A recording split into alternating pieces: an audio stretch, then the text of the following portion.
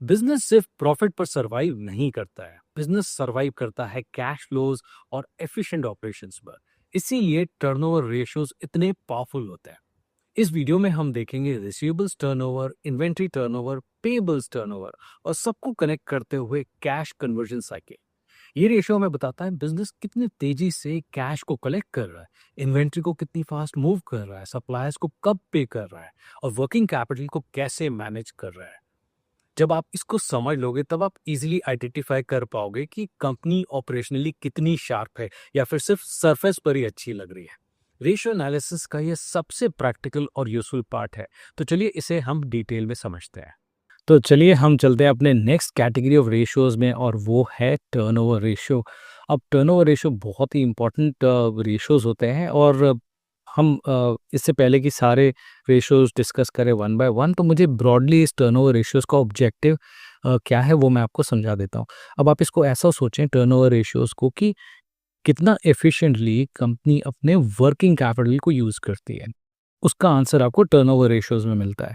अब turnover ratios और working capital कैसे कनेक्टेड है? वर्किंग कैपिटल आपको पता ही होगा, रिसीवेबल्स, इन्वेंट्री और अकाउंट्स पेएबल्स होता है, राइट?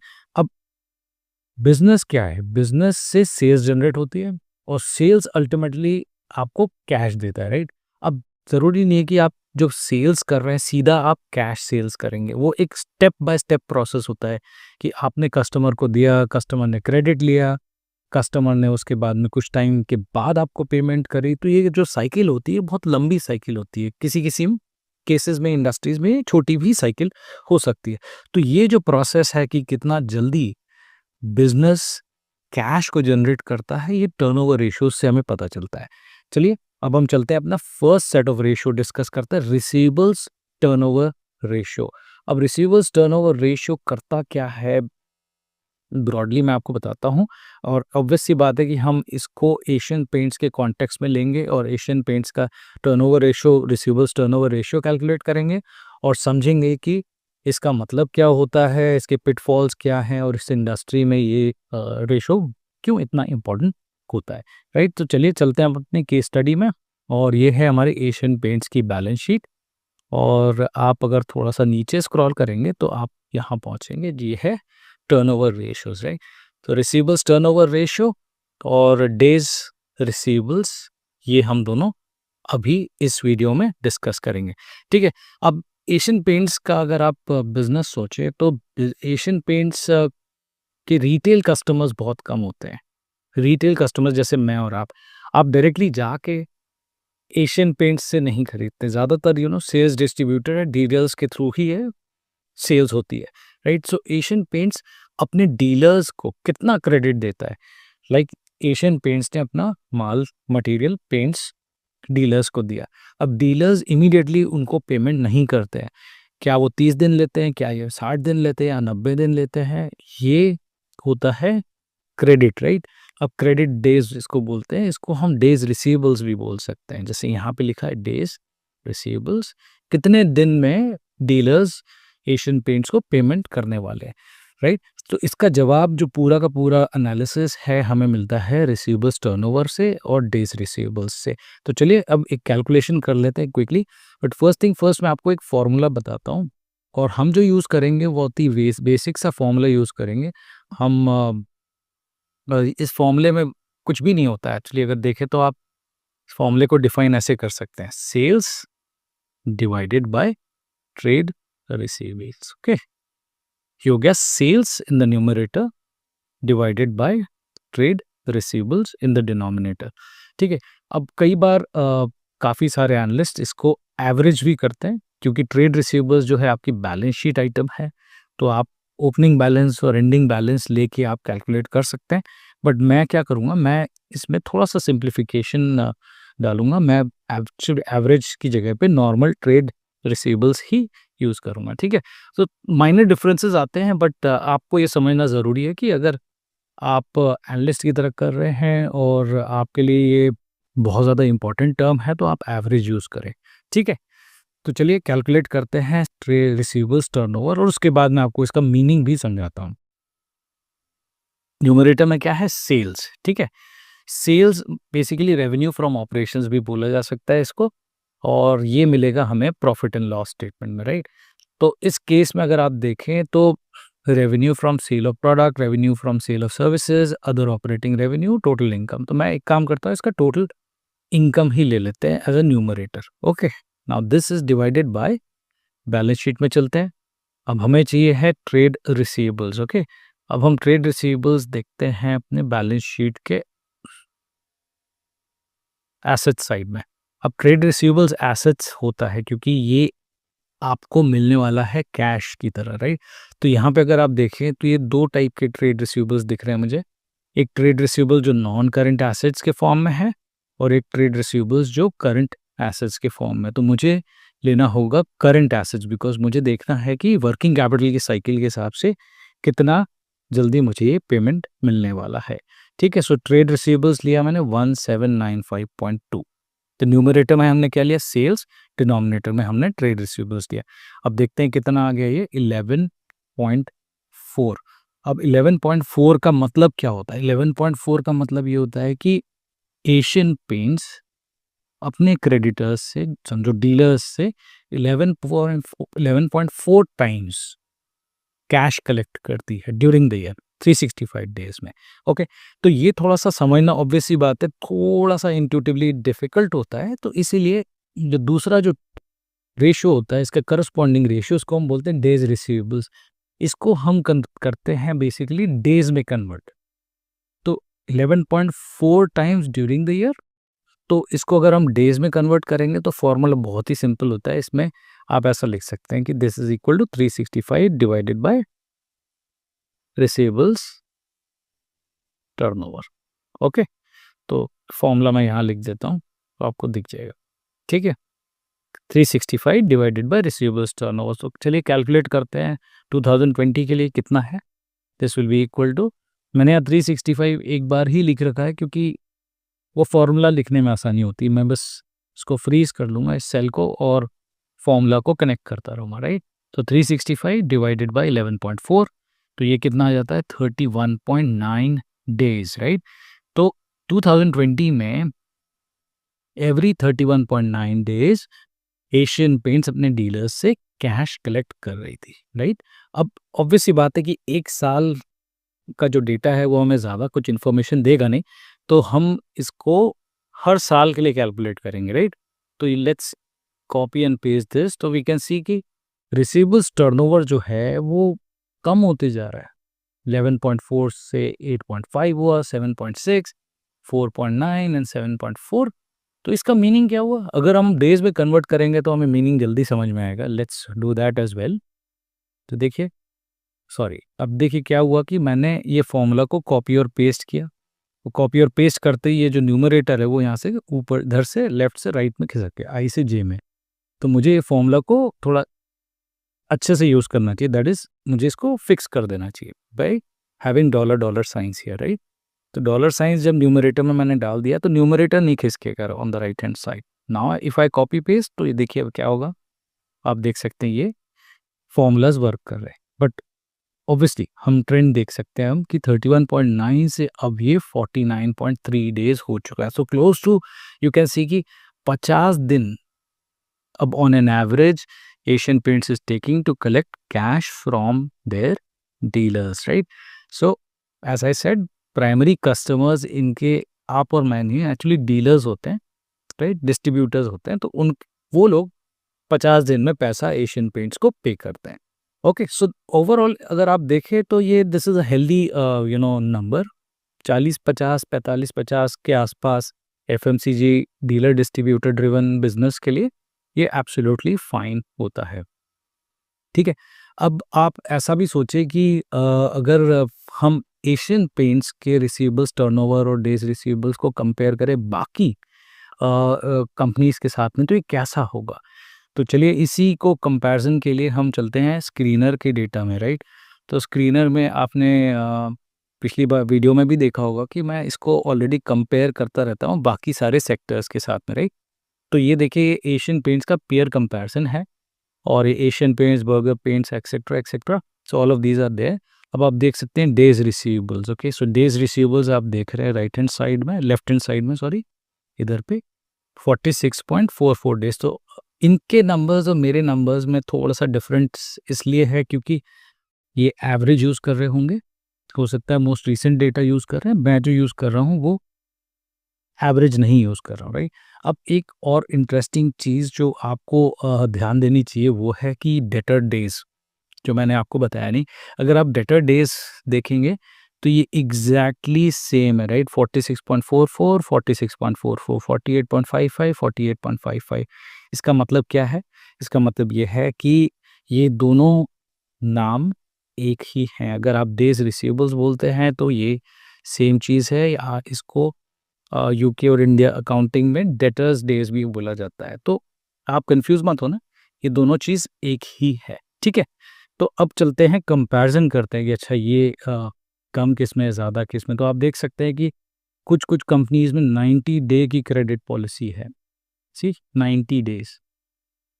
और बर्जर पेंट्स, एशियन पेंट्स के अराउंड 46.44 है। तो this is healthy, right. Nerolac you can see कि ये 2 महीने ऑलमोस्ट 63 डेज का है, राइट। अगर हम लेट्स से कंपैरिजन करें और डिफरेंट सेक्टर्स में तो ये कैसा होगा। चलिए एक काम करते हैं, डीमार्ट का देखते हैं, राइट। डीमार्ट किस में आ गया? डीमार्ट आता है रिटेल सेक्टर में, राइट। अब रिटेल सेक्टर में ये कैसा होना चाहिए? रिटेल सेक्टर क्या होता है? बहुत फास्ट मूविंग होता है। So you know customers are immediately paying them. तो इसमें ये नंबर बहुत ही छोटा होना चाहिए। और आप देख सकते हैं यहाँ पे डेज रिसीवेबल्स डीमार्ट का कितना है? 0.95। हमने एशियन पेंट्स का कितना देखा था? Let me go back to the excel sheet. आप देखो 49.3 डेज, और आपको इधर पे कितना देखने को मिल रहा है? 0.95, 1 day, only 1 day. Vishal mega mart you can see 2.26, V Mart का 0, I don't know why it is coming as 0, but अब बाकी भी रिटेल कंपनीज का देख सकते हैं, बहुत ही छोटा है, right. Spencer retail 3.34। So this is expected. जैसे रिटेल कंपनीज है मोस्टली कैश सेल्स होता है, तो इसलिए ये बहुत कम होता है। हो सकता है वी मार्ट में 0 इसलिए कि 100% कैश सेल्स है। That's also possible. अगर 100% कैश सेल्स है तो रिसीवेबल्स ही नहीं होगा, राइट। सो रिसीवेबल्स ही नहीं है तो डेज रिसीवेबल्स आपके कितने होंगे? 0 होंगे, right. Okay, so let's now look at some other sector. कौन सा सेक्टर देखा जाए? Maybe we can go to something like maybe हम लोग एफएमसीजी देखते हैं, ठीक है। डाइवर्सिफाइड एफएमसीजी, जैसे कि Hindustan Unilevers, ITC, Hindustan food, you can see that इनका कितना है? अराउंड 22.08 डेज है। तो अगेन इसमें भी क्या है? फास्ट मूविंग होता है, right. Because they are like FMCG, fast moving consumer goods. तो एज द नेम सजेस्ट, इनका भी जो डेटर डेज है वो बहुत ज़्यादा नहीं होता है, क्योंकि ये बहुत ज़्यादा क्रेडिट नहीं देते हैं। ज़्यादा क्रेडिट आप सोचो किस टाइप की कंपनीज में मिल सकता है? मे बी इंफ्रास्ट्रक्चर कंपनीज में जो बहुत ज़्यादा बड़ी हैं, या फिर रियल एस्टेट कंपनीज में। सो देखते हैं रेसिडेंशियल टाइप की कंपनीज में कितना आता है, या रोड ट्रांसपोर्ट। लेट्स सी, जो हाई इस टाइप की जो कंपनीज होती हैं जहाँ इन्वेस्टमेंट बहुत ज़्यादा है, तो उसमें कितना होना चाहिए? तो ये देख सकते हैं आपकी इसमें तो डीएलएफ, लोधा, ये सब का तो काफ़ी कम आ रहा है। महिंद्रा लाइफ का 136 है। Let's see another one, maybe tech sector में देखें, software. Okay, so software in consulting देखिए, टीसीएस, विप्रो, एचसीएल, इन्फोसिस, इनका कितना आ रहा है? मोर और less you can see it close to 3 months के आसपास है, right. So this is like more like consulting companies का मोर और लेस ऐसा डिफाइन होता है। विप्रो का थोड़ा सा कम है, but around 80 to 90 days is what is seen. General ballpark number for IT services will be 60 to 90 days. Okay. Let's find one more case जहाँ पे थोड़ा सा बड़ा हो। मोस्टली ये let's see this, इसमें भी नहीं है। May be auto components and equipments, इसमें भी 55 डेज, 60 डेज ये सभी है। ओके, इंफ्रास्ट्रक्चर, टेलीकॉम इंफ्रास्ट्रक्चर का देखते हैं कितना है। ओके, सो यहाँ पे आप देख सकते हैं कि थोड़ा सा ये ज़्यादा दिख रहा है, राइट। किसी किसी में 100 डेज ये सब है। लेट्स सी BHEL का कितना है।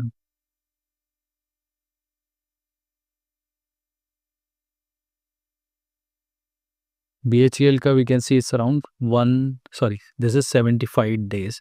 So more or less, what we see is कि heavy industries maybe these days the debtor days is around 60 to 90 days.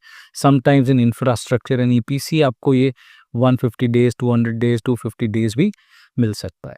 Okay, सो ये था हमारा रिसीवेबल्स टर्नओवर और डेज रिसीवेबल्स का डिस्कशन। इसमें let's do one more thing, we will discuss the quick pitfalls कि मतलब आप जब एनालिसिस कर रहे हैं तो आपको क्या चीज़ का ध्यान रखना चाहिए। सो एक चीज़ बड़ा इम्पॉर्टेंट है कि अगर स्पाइक हो रहा है in receivables, okay, so the spike in receivables में आपको ये सोचना चाहिए कि रेवेन्यू क्वालिटी का कोई इशू तो नहीं कि रिसीवेबल्स अचानक से क्यों बढ़ गया। So think of this revenue quality issues. अगर बहुत जल्दी रिसीवेबल्स बढ़ते जा रहा, दैट मीन्स कि आप लोगों को क्रेडिट देते जा रहे हो, राइट। क्रेडिट में आप सेल्स करते जा रहे हो सकता है आपकी बुक्स में तो सेल्स दिख रही है अच्छी, लेकिन रेवेन्यू की क्वालिटी डिक्रीज होती जा रही है क्योंकि आगे जाके हो सकता है आप उसको कलेक्ट ही ना कर पाओ, मनी को, राइट, कैश में कन्वर्ट ही ना कर पाओ। तो ये बहुत ही इंपॉर्टेंट है कि आप इस चीज़ को ज़रूर चेक करें।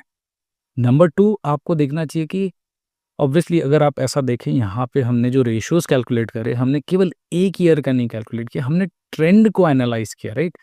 Trend analysis is very important. अगर आप 1 साल का ही देखोगे तो आपको बड़ा इशू आएगा, बिकॉज वो मिसलीडिंग हो सकता है। सो 1 year trend, 1 year ratio is misleading, ऐसा लिख सकता है, ठीक है। तीसरा चीज़ आपको ये समझना चाहिए कि अगर किसी कंपनी का रेवेन्यू ग्रोथ हो रहा है, ठीक है, और जो रिसीवेबल्स है, रिसीवेबल्स का जो ग्रोथ है वो इवन फास्टर हो रहा है, तो ये होना चाहिए आपके लिए वार्निंग साइन कि रेवेन्यू मान लो से फॉर एग्जांपल 15% से ग्रो हो रहा है और रिसीवेबल्स जो है से फॉर एग्जांपल 30% से हो रहा है, तो इसका मतलब ये है कि जो पहले चीज़ मैं जो आपको बोल रहा था कि हो सकता है रेवेन्यू क्वालिटी का एक बड़ा इशू हो सकता है। अब देखिए, इन्वेंट्री जो होता है बहुत ही इंपॉर्टेंट चीज़ होती है, बिकॉज इन्वेंट्री कंपनी के लिए ग्रोसरी की स्टॉक जैसा होता है। ज़्यादा इन्वेंट्री का मतलब होता है पैसा शेल्फ पर पड़ा हुआ है, और कम इन्वेंट्री का मतलब है कि शेल्फ खाली है, दैट मीन्स सेल्स मिस हो रही है, right. So it's like a double edged sword. Too much inventory का मतलब कैश ब्लॉक्ड, स्टोरेज कॉस्ट होगी, ऑब्सोलेंस रिस्क होगी, राइट। और टू लिटिल इन्वेंट्री मतलब loss sales, unhappy dealers, market share भी लॉस हो सकता है। इसलिए आप ऐसा सोचो कि इन्वेंट्री का गोल ये है कि बैलेंस, ना ज़्यादा ना कम। सो इन्वेंट्री अगर आप सोचें तो इन्वेंट्री बाकी एसेट्स से काफ़ी डिफरेंट होता है, क्योंकि इन्वेंट्री जब बैलेंस शीट पे एसेट्स की तरह दिखता है, लेकिन जब तक इन्वेंट्री बिक नहीं रहा है तब तक वो कैश नहीं होती, राइट। तो इसलिए स्पीड इंपॉर्टेंट होती है और टाइम भी इक्वली इंपॉर्टेंट है। स्पीड मतलब how fast inventory moves, right, अपने शेल्फ से कितनी जल्दी सेलिंग प्रोसेस में ख़त्म होता है, और दूसरा टाइमिंग, राइट, कि कितने टाइम तक के ये अनसोल्ड रह सकता है। अब आप बिजनेस मॉडल के कॉन्टेक्स्ट में अगर देखें एशियन पेंट्स का, तो एशियन पेंट्स के पास आप इन्वेंट्री के बारे में ज़रा सोचिए, राइट। इन्वेंट्री कितने होंगे, थाउजेंड्स ऑफ SKUs होंगे उनके पास, मल्टीपल कलर्स होंगे, वेरिएंट्स डिफरेंट टाइप के होंगे, सीजनल डिमांड होगी, Diwali, Dussehra, Eid, otherwise, right. Housing cycles होंगी, डीलर का स्ट्रॉन्ग नेटवर्क होगा। तो इसके कारण एशियन पेंट्स को इंटेंशनली इन्वेंट्री ज़्यादा रखनी पड़ती है, क्योंकि स्टॉक आउट नहीं होना चाहिए, राइट। सो हाई इन्वेंट्री अगर आप ऐसा सोचें तो इट्स नॉट कि हमेशा एक रॉन्ग सिग्नल है। जब तक कि वो प्लान्ड और कंट्रोल्ड है तो देन इट्स एब्सोल्युटली फाइन। अब असली सवाल ये आता है कि इन्वेंट्री कितनी रखते हैं, राइट। इन्वेंट्री वेयर हाउस में पड़ी रहे बिफोर इट गेट सोल्ड, तो कितनी होनी चाहिए, तो 30-40 होनी चाहिए, या फिर 90, या फिर 150। अब 30 डेज़ के आसपास है, that means fast moving. 90 days है मतलब नॉर्मल मैन्युफैक्चरिंग। 150 प्लस डेज़ है, depending on the sector it can be a warning as well. आप ऐसा सोचें कि जैसे कुछ सेक्टर्स ले लीजिए, जैसे कि रिटेल सेक्टर, डी मार्ट का हमने एग्जांपल लास्ट वीडियो में देखा था, राइट। डी मार्ट की इन्वेंट्री का जो प्रोसेस है, इन्वेंट्री डेज़ जिसको बोलते हैं कि कितने दिन तक इन्वेंट्री रहती है अनसोल्ड, 20 से 30 डेज़। एफएमसीजी का आप सोचेंगे तो 30 से 60 डेज। पेंट्स जो हम अभी कैलकुलेशन करेंगे और समझेंगे कैसे कैलकुलेट करते हैं, आप समझोगे 90 से 120 दिन के आसपास इनका होना चाहिए। ऑटोमोबाइल्स और स्टील इंडस्ट्री जहाँ पे इन्वेंट्री बहुत लंबे टाइम तक रखी जाती है, मतलब 150 टू 250 मे बी 300 डेज़। और अगर रियल एस्टेट जैसे बिल्डिंग्स है, रेसिडेंशियल कॉम्प्लेक्सेस हैं, तो ऑब्वियसली इनका इन्वेंट्री ईयर्स तक चलता है, राइट।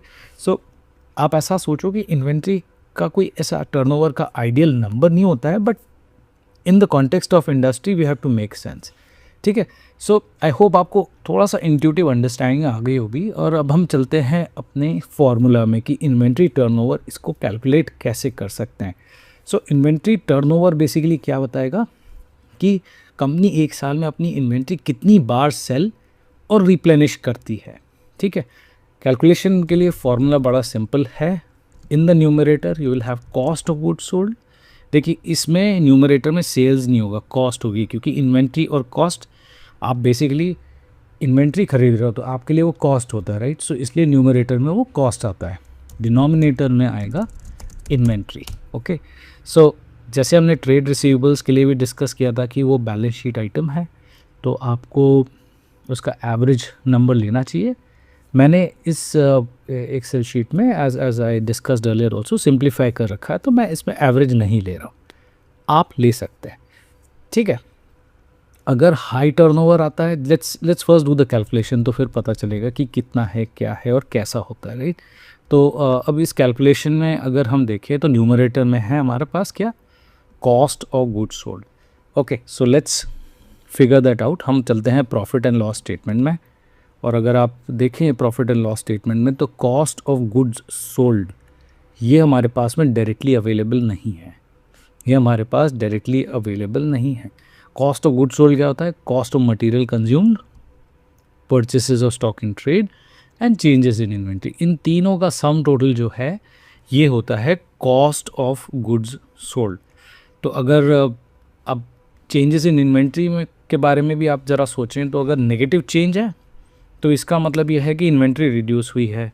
अगर पॉजिटिव चेंज है जैसे कि यहाँ पे है, तो इसका मतलब यह है कि इन्वेंट्री बढ़ी है, okay. But anyways cost of goods sold का फॉर्मूला में ये तीनों चीज़ें आपको ऐड करनी पड़ेगी, ठीक है। So let's do that. हम चलते हैं अपने फॉर्मूला में, equal to bracket open, profit and loss statement में गए, तो ये हमने लिया पहला item, cost of material consume plus purchase of stock in trade plus changes in inventory, okay. तो ये हमारा है केवल न्यूमरेटर। अब डिवाइडेड बाय आना चाहिए हमारा डिनोमिनेटर, राइट। डिनोमिनेटर क्या है, डिनोमिनेटर है inventory, okay. So let's find out कहाँ पे है इन्वेंट्री। इन्वेंट्री होगा एसेट साइड में, और आप देख सकते हैं इन्वेंट्री इधर है, राइट। ये रही एसेट्स और इन्वेंट्री, इसका ये नंबर है, ओके। तो देखते हैं क्या नंबर आता है हमारा। We get this as 3.4 times, okay. So 3.4 times का इंट्यूटिव मतलब आप कैसे सोच सकते हैं कि एशियन पेंट्स अपनी इन्वेंट्री को 3.4 टाइम्स सेल कर पाता है और रिप्लेनिश भी कर देता है। So this is a ball park number for Asian paints. ये हमने 2020 का नंबर देखा है, इसको कॉपी पेस्ट करते हैं और देखते हैं कि बाकी ईयर्स में कैसा है। सो इट्स मोर और less around 3.4 for 2023 and 24 as well. तो दैट मीन्स कि मोर और लेस इनका यही टर्नओवर चलता है। डेज इन्वेंट्री, जैसे डेज इन्वेंट्री अगर हम कैलकुलेट करें तो डेज इन्वेंट्री का फॉर्मूला क्या होगा आपको, जैसे डेज इन्वेंट्री का फॉर्मूला क्या होना चाहिए आपसे, मैंने पहले भी डिस्कस किया है कि डेज रिसीवेबल्स का फॉर्मूला क्या था। डेज रिसीवेबल्स का फॉर्मूला था 365 divided by receivables turnover. So days inventory का फॉर्मूला क्या होना चाहिए, डेज इन्वेंट्री का फॉर्मूला होना चाहिए 365 divided bye inventory turnover, right. बहुत ही सिंपल सा और सेम लॉजिक के हिसाब से हमने डेज इन्वेंट्री का फॉर्मूला देखा है, right. So this is equal to, यही लिंक कर देते हैं 365 और इस सेल को हम फ्रीज कर देंगे जैसे हमने पहले भी किया था, डिवाइडेड बाय 3.4। तो ये आ जाता है 108.7 डेज़, और कॉपी एंड पेस्ट करते हैं तो देखते हैं कितना आ रहा है। सो अराउंड सेम है, 107 108 डेज़ आ रहा है। तो आप देख सकते हैं कि एशियन पेंट्स अपनी इन्वेंट्री को ऑन एन एवरेज 107-108 दिन तक के होल्ड करता है before it gets sold. So paints जैसे बिजनेस के लिए जहाँ मल्टीपल एसक्यूज और सीजनल डिमांड होती है, ये बिल्कुल नॉर्मल कंट्रोल्ड इन्वेंट्री के जैसा लग रहा है। Okay, so let's now move to one more thing जो हम हमेशा डिस्कस करते हैं कि अच्छा ये जो इन्वेंट्री के नंबर्स आए हैं, डेज़ के नंबर्स आए हैं, ये इन the context of other sectors ये कैसे दिख रहे हैं, right? So let's also discuss that. Okay, तो उसके लिए हम चलेंगे वापस अपने स्क्रीनर के प्लेटफॉर्म में जहाँ पे हम ये कंपैरिजन लाइव देख सकते हैं। ओके, सो ये है हमारा कंपैरिजन एशियन पेंट्स का। So you can C Asian paints में यहाँ पे 141 डेज़ आ रहा है इन्वेंट्री डेज़ के लिए। मेरा जो कैलकुलेशन था वो मेरा calculation was based more on the actual end of the year data.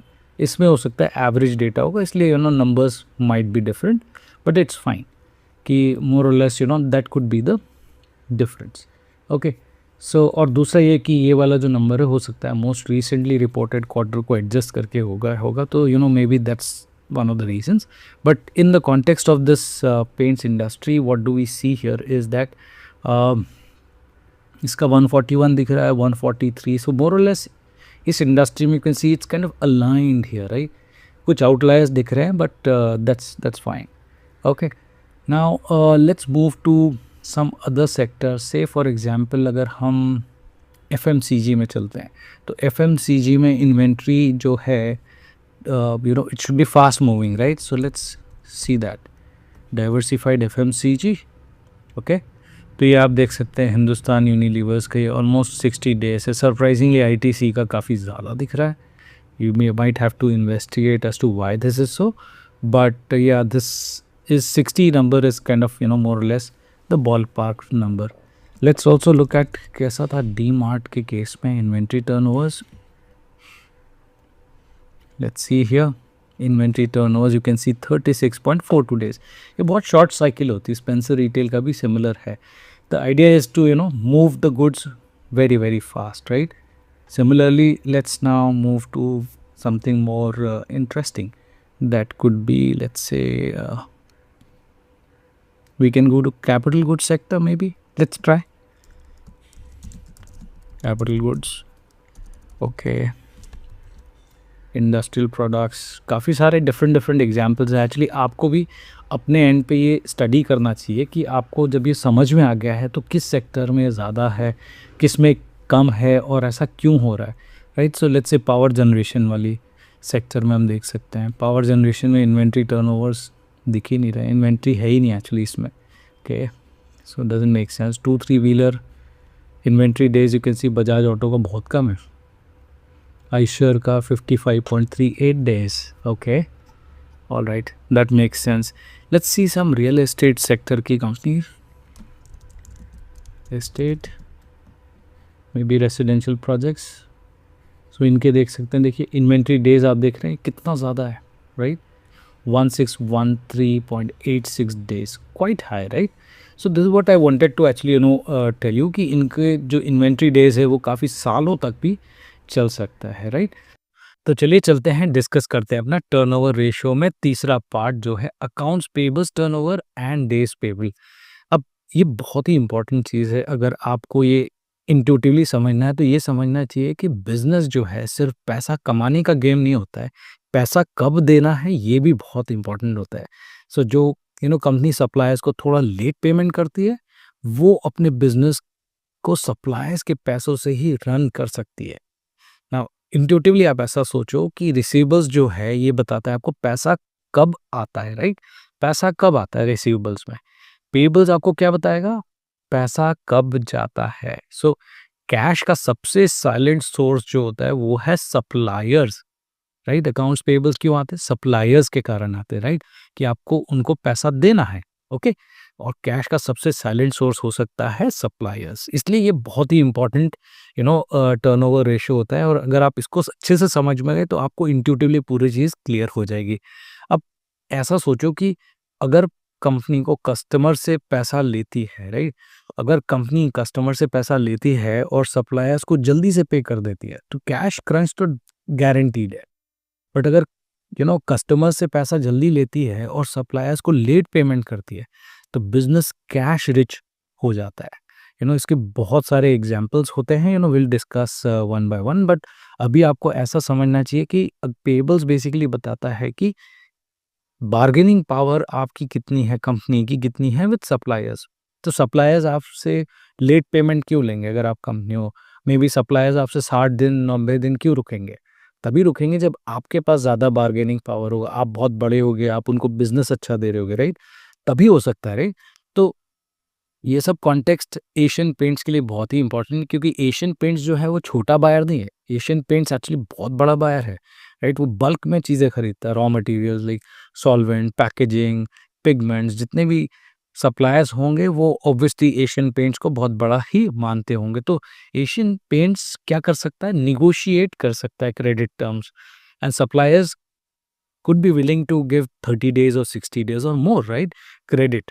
तो आप ऐसा सोचिए कि कोई छोटा अगर प्लेयर होगा जो छोटा सा अमाउंट खरीद रहा है, तो उसको आप बोलोगे कि नहीं, मैं सप्लायर हूँ, मुझे तो आप इमीडिएट पेमेंट करो। बट एशियन पेंट्स को आप ऐसा नहीं कर सकते, राइट? तो हाई डेज पेबल तब अच्छा होता है जब सप्लायर्स खुशी खुशी क्रेडिट दे रहा हो। फोर्सफुली नहीं करना है, इसमें फोर्सफुली किया तो वो डेंजरस हो सकता है। तो अब इस कॉन्टेक्स्ट में चलिए देखते हैं कि रेशियो कैसे कैलकुलेट करते हैं एशियन पेंट्स के लिए, और इसका इंट्यूटिव सेंस कैसा होता है। सो पेबल्स टर्नओवर जो होता है, पेबल्स टर्नओवर का फॉर्मूला जो है, सबसे पहले ये है कि इसको बोलते हैं purchases divided by trade payables. अब परचेसेस क्या है? परचेसेस जो कंपनी रॉ मटेरियल परचेसेस करती है वो है ये, ठीक है? ये कॉस्ट ऑफ गुड्स सोल्ड नहीं है, ये है रॉ मटेरियल परचेसेस जो कंपनी ने खरीदा है, राइट? रॉ मटेरियल मतलब इन्वेंट्री है, जो भी चीज़ खरीदी है ये परचेसेस में आता है। ट्रेड पेबल अगेन ये बैलेंस शीट आइटम है, तो बैलेंस शीट आइटम है तो ये क्या होगा? एवरेज आना चाहिए, मैंने नहीं लिया है, it's fine, right? Now company एक साल में अपने सप्लायर्स को कितनी बार पेमेंट करती है? लेट्स से अगर ये नंबर 5 आता तो इसका मतलब ये होता कि कंपनी जो है अपने सप्लायर्स को 5 बार ड्यूरिंग द ईयर पेमेंट करती है। अगर हाई टर्नओवर आता है, जैसे मान लो 15 आता, दैट मीन्स कि सप्लायर्स को जल्दी पैसा मिल रहा है। और अगर लो टर्नओवर है तो उसका मतलब ये है कि सप्लायर्स को स्लोली स्लोली पेमेंट मिल रहा है, राइट? अब चलते हैं कैलकुलेशन करते हैं, राइट? सो एक एक करके हम डिस्कस करेंगे कि परचेसेस कैसे निकालेंगे और इस रेशियो को कैसे कैलकुलेट करेंगे। तो देखिए, परचेसेस का तो एक्चुअली सिंपल सा ही मेथड है, सिंपल सा फॉर्मूला आ जाएगा इसमें। हमने प्रीवियसली देखा था कि cost of goods sold calculate की थी, राइट? तो purchases is nothing but cost of goods sold plus ending inventory minus beginning inventory. Okay, तो ये है हमारा परचेसेस का फॉर्मूला। क्या हम परचेसेस निकाल सकते हैं इसके थ्रू? इजीली निकाल सकते हैं। Cost of goods sold actually हमारे एक पीएनएल में नहीं है, तो हमने कॉस्ट ऑफ गुड्स सोल्ड कैसे निकाला था? ये तीनों का सब टोटल करके, राइट? और इसके बाद हमें क्या करना है? Ending inventory minus beginning inventory करके परचेसेस निकालने हैं। ओके, नाउ एक बहुत ही इंपॉर्टेंट चीज़ अगर आप देखेंगे, हमारे पास जो डेटा है 2020 तक का डेटा है, राइट? तो इसमें हमें मिलेगी इन्वेंट्री का जो डेटा है, ये एंडिंग इन्वेंट्री मिलेगी 2020 की, राइट? बिगनिंग इन्वेंट्री हमारे पास नहीं है 2019 की। ओके, तो हम परचेसेस नहीं निकाल सकते हैं 2020 के लिए, बट हम 2021 ऑनवर्ड्स हम ये काम कर सकते हैं। तो परचेसेस पहले कैलकुलेट करते हैं, फिर उसके बाद हम रेशियो कैलकुलेट करेंगे। ओके, तो अब आप समझ गए होंगे कि ये परचेसेस हम 2021 ऑनवर्ड्स क्यों कर रहे हैं। Okay, so let me put this formula. This is equal to, I'll go to profit and loss 2021 का data, right? So cost of material consume plus purchases of stock in trade plus changes in inventory, ये मेरा हो गया cost of goods sold. Okay, now इसके बाद मुझे add करना है ending inventory minus beginning inventory. Okay, so where is ending inventory and beginning inventory? ये रहा मेरा एंडिंग इन्वेंट्री माइनस ये है बिगिनिंग इन्वेंट्री। ओके, तो ये देखते हैं, ये हमारा आ जाता है purchases of 2021। Okay, copy and paste करते हैं तो हमारे पास बाकी सारे ईयर्स का भी परचेसेस डेटा आ जाएगा। अब हम निकाल लेते हैं पेबल्स टर्नओवर। प्रीटी सिंपल है, payables turnover is purchases divided by trades payable. So this is equal to, देखिए ये परचेसेस है यहाँ पे 12506.10 divided by trades payable. Balance sheet में चलते हैं, ट्रेड्स पेबल मिलेगा हमें लायबिलिटीज साइड में। ओके, और ये आप देख सकते हैं ये है ट्रेड्स पेबल का data. Trade payables are divided into two parts here, micro and small enterprise and others. तो हमें दोनों को ऐड करना पड़ेगा, राइट। सो ये जो डेटा है हमें लेना है 2021 के लिए, बिकॉज हम 2021 का कैलकुलेशन कर रहे हैं। Okay, so I am just adding this 91.5 plus 3287.2। Okay, तो अब देखते हैं हमारा क्या नंबर आता है। ये है 3.7। So I just copy and paste across to find out कि हमारे पास पेबल्स टर्नओवर कितना आ रहा है। So most recently you can see it is around 5.2, right. सो ये इसका मतलब क्या intuitively, Asian Paints is paying their suppliers 5.2 times during the year, right. Suppliers को 5.2 टाइम्स पेमेंट मिल रही है साल भर में। और इसको अच्छे से इंट्यूटिवली समझना है तो आप इसको डेज में कन्वर्ट कर लीजिए, राइट। सो डेज पेबल बहुत ईजी है, again the same formula applies, 365 divided by payable turnover. Okay, so इसको लिख देते हैं डेज पेबल। ओके, और ये कैलकुलेट करते हैं 365, इसको फ्रीज करेंगे सेल को, न्यूमरेटर में 365 ही रहेगा, राइट, डिवाइडेड बाय 3.7, तो ये हो जाता 98.6, 73.6, 62.5 एंड 70.6, राइट। सो ओवरऑल आप देख सकते हो कि ये एशियन पेंट्स जो है अपने सप्लायर्स को almost every 65 to 70 days on an average payment करती है। ओके, तो ये हम ब्रॉडली अगर देखा है तो in line with what are expectations is as well. And आप अगर ऐसा देखोगे ना कि एफएमसीजी सेक्टर में कैसा होता है, लाइक वो भी पावरफुल बायर्स हैं, राइट। सो उसमें भी ऐसे ही रहता है around 60 to 120 days. Asian paints में भी ऐसे ही रहता है। तो will just quickly go through screener और उसमें देखते हैं कि कितना आ सकता है, और Asian Paints compare to the competition ये कैसा कर रहा है। तो let's go back here to our Asian Paints screener और देखते हैं यहाँ पे एशियन पेंट्स और ये सब कॉम्पिटिटर्स हैं, और we can see the days payable, right. So days payable इसमें दिख रहा है 81.19। Obviously my calculation and the calculation done here can be different, क्योंकि मैंने एवरेज यूज़ नहीं किया है, बट आप ऐसा देख सकते हैं जैसे कि बर्जर पेंट्स अराउंड 105 डेज है, नेरोलैक का almost close to what we have in Asian Paints. So more और less this is around can say 60 to 90 days type for this industry. Okay, let's now go back and check some other sectors as well. इधर पे चलते हैं हम, let's say Maruti Suzuki का ही check कर लेते हैं और उसका पीयर ग्रुप को चेक करते हैं, तो will see how this goes. Maruti Suzuki का ऑलमोस्ट 70 डेज है, M&M 117 days, Hyundai Motors is 50.93, Tata Motors 130 days, okay, Force Motors 50 days. So obviously you can see this Electra Green Tech, I mean this is outlier, this is 181.3 days. Okay, let's now go back and check some other sectors as well. Maybe interesting would be to see real estate, है ना। Real estate में residential and commercial projects इसका देखते हैं कैसा आता है। Days payable you can see this is around 4 months।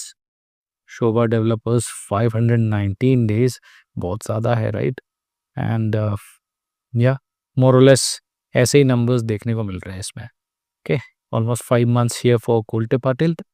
और चलिए एक आध सेक्टर और देख लेते हैं, कैपिटल गुड्स सेक्टर देखते हैं। कैपिटल गुड्स में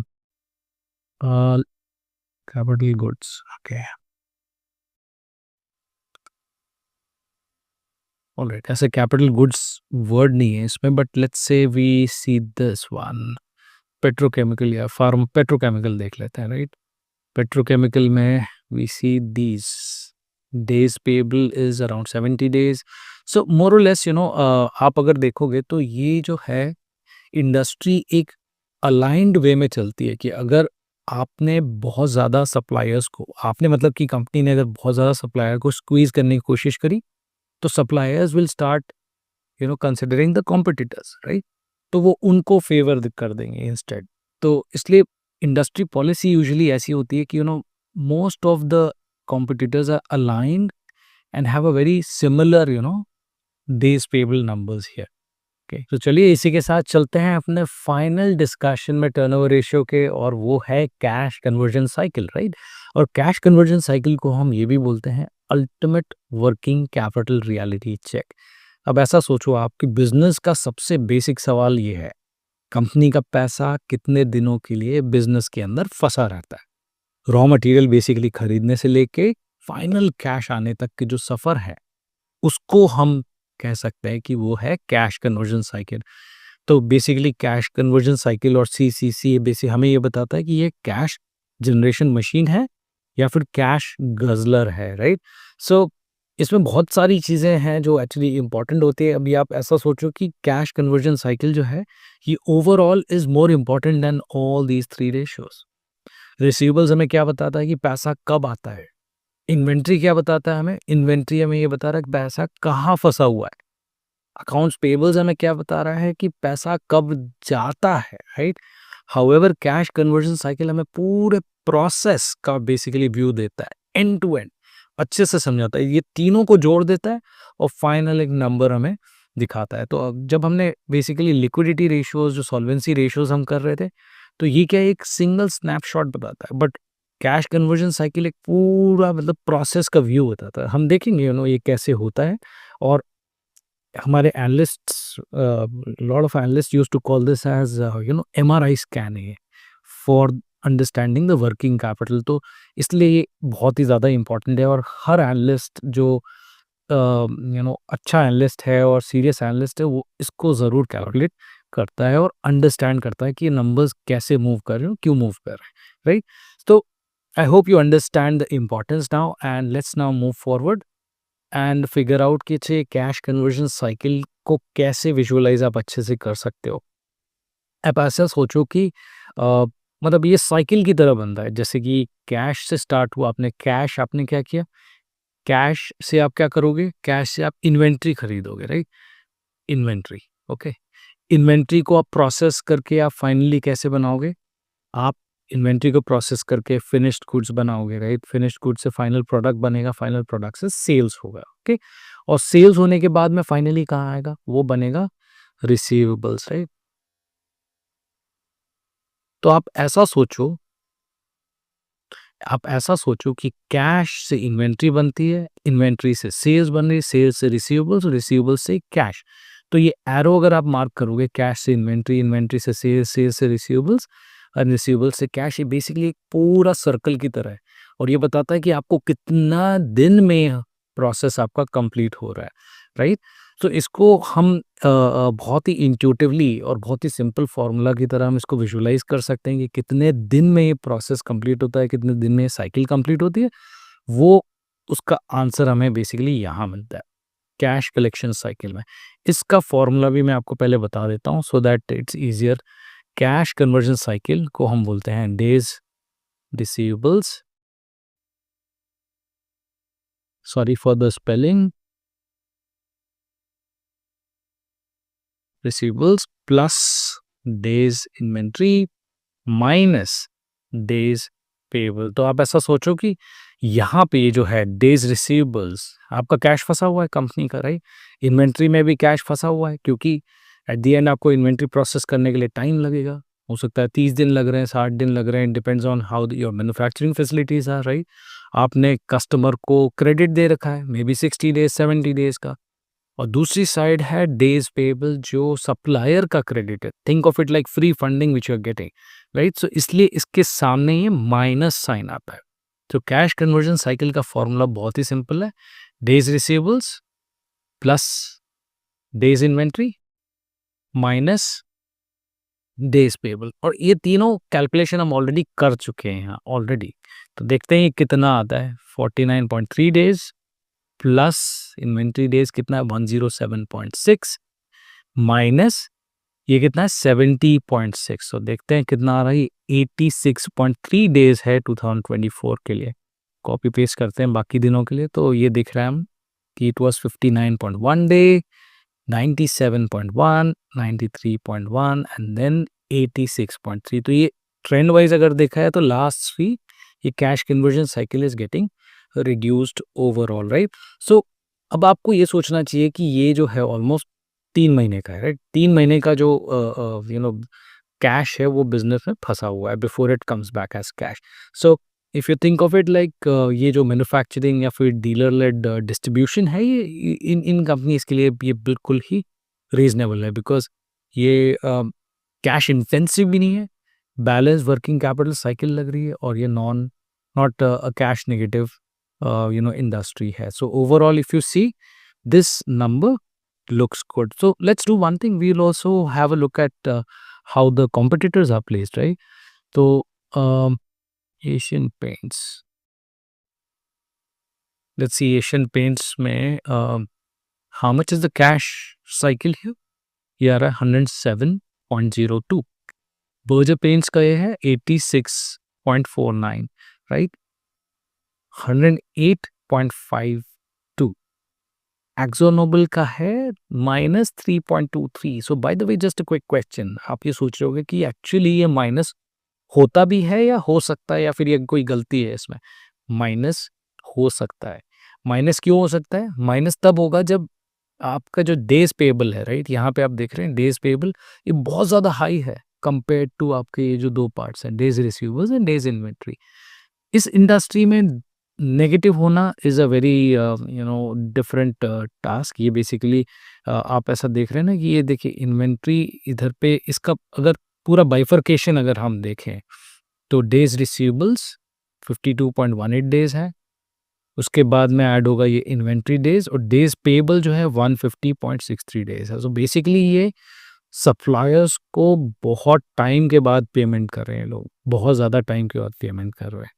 तो दूसरे है कि if you look at the process as well, inventory इनका थोड़ा सा position is low, because the amount of inventory maybe they are keeping is very tight.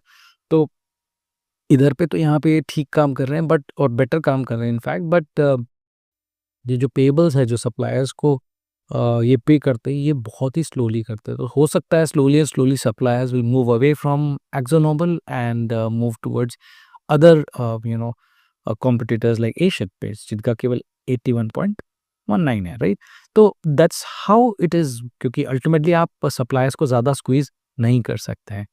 Okay, तो let's see how this is for a company like DMart. Okay, तो डीमार्ट का कैसा होना चाहिए? बहुत फास्ट होना चाहिए cycle. So let's see how much is this. This comes out to be 29.64। सो 1 महीने का एक्चुअली कैश फंसा हुआ रहता है। And we can see Shopper Stop का नेगेटिव है। How about Spencer retail? It's also negative.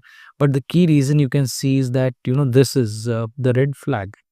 303 days तक के ये सप्लायर्स को पे ही नहीं कर रहे हैं। So maybe this is not the right approach. At the end, suppliers will run away from them, isn't it? Let's see another interesting one, maybe Hindustan Unilevers. Okay, Hindustan Unilevers के case में कैसा होगा? You can see this. Hindustan Unilevers का cash cycle जो है वो negative है। So negative का बेसिकली मतलब क्या है? नेगेटिव का मतलब ये है कि कस्टमर पहले पैसे दे रहा है, सप्लायर्स को बाद में मिल रहा है। सो बेसिकली आपके पास कैश इन्वेस्ट करने से पहले ही आपके पास पैसा आ जाता है। So this is more like a cash machine. Okay, cash guzzler नहीं है, कैश मशीन ही है ये। And if we see the reason for -70.54, it's basically the sum total of debtor days, inventory days minus days payable. तो ये basically suppliers को ये 5 महीने लगा के पेमेंट करते हैं, और बाकी डेटर डेज में ऑलमोस्ट ये 22 दिन में अपना पैसा वापस रिकवर कर लेते हैं। इन्वेंट्री टर्नओवर बड़ा फास्ट है। So if you see this inventory days, only 60 days के लिए इनकी इन्वेंट्री फंसी रहती है। सो ओवरऑल ये नेगेटिव पोजीशन में आ जाते हैं। Negative means negative cash cycle, which is a very interesting thing for Hindustan Unilever's. Okay, so काफ़ी सारे सेक्टर्स ऐसे भी हो सकते हैं जिसमें ये कैश कन्वर्जन साइकिल जो है वो काफ़ी बड़ी हो सकती है, क्योंकि प्रोजेक्ट्स कंप्लीट होने के बाद ही पैसा आता है उन केसेस में। So it could be like companies like real estate developers, जो भी इंफ्रास्ट्रक्चर कंपनीज हैं, वहाँ पे पॉसिबिलिटी हो सकती है। ओके, सो ये चीज़ तो अब हमें समझ में आ गई है कि नेगेटिव कैश कन्वर्जन साइकिल होता है, और बड़ा भी हो सकता है और छोटा भी हो सकता है, और हमें ये देखना चाहिए कि इंडस्ट्री में ये कैसा होता है। तो आपको ये चीज़ तो समझ में आ गई है कि ये 1 साल का ही कैश कन्वर्जन साइकिल देखना सही नहीं होता है। ये बेसिकली हमें देखना चाहिए ओवरऑल ट्रेंड, और ये क्या सस्टेनेबल है कि नहीं है। सो अग्रेसिव भी नहीं होना चाहिए, और ये बहुत ही लीनिएंट भी नहीं होना चाहिए। Okay, so that is why this becomes a very very important ratio to look at. So overall, if you look at this, we have now kind of completed the turnover ratios. Each ratios are very very important. This final snapshot, this final process overview of cash conversion cycle is the most important here in this case of turnover ratios.